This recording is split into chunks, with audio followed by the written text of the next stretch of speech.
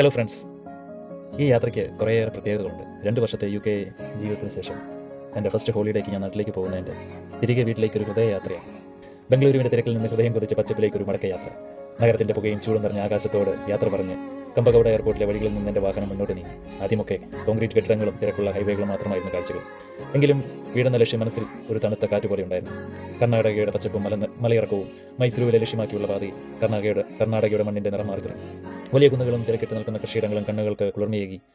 അങ്ങനെ ഞാൻ മുന്നോട്ട് നീങ്ങുമ്പോൾ റോഡരികിലെ കൊച്ചു കൊച്ചു ചായക്കടകളും പ്രാദേശിക കടകളും പിന്നിലേക്ക് പാഞ്ഞു മറിഞ്ഞു. ഗുണ്ടൽപേട്ട് കണ്ടതോടെ കാഴ്ചകൾക്ക് വേഗം വർദ്ധിച്ചു. ഹൈവേ മാറി ബന്ദുപൂർ വനമേഖലയുടെ കവാടം അടുത്തു. ഇനിയാണ് യഥാർത്ഥ യാത്രയുടെ സൗന്ദര്യം കാണുന്നത്. ചുറ്റും തണുപ്പേറിയ ഒരു നിശബ്ദത പടർന്ന യാത്രയുടെ ആദ്യഘട്ടത്തിൽ ഞാൻ എത്തിച്ചേർന്നത് എൻ്റെ സ്വന്തം വീട്ടിലേക്കാണ്. പ്രായമായ മാതാപിതാക്കൾ അവരെ കണ്ട ശേഷം നേരെ ഓടിച്ചെന്നത് സ്വന്തം മക്കളുടെ അടുത്തേക്കാണ്. അവരുടെ ആ സ്നേഹവും വാത്സല്യവും അവരുടെ പുഞ്ചിരിയും ഒക്കെ കാണാൻ വേണ്ടി കൊതിച്ചാണ് വീട്ടിലേക്ക് ഓടിയെത്തിയത്.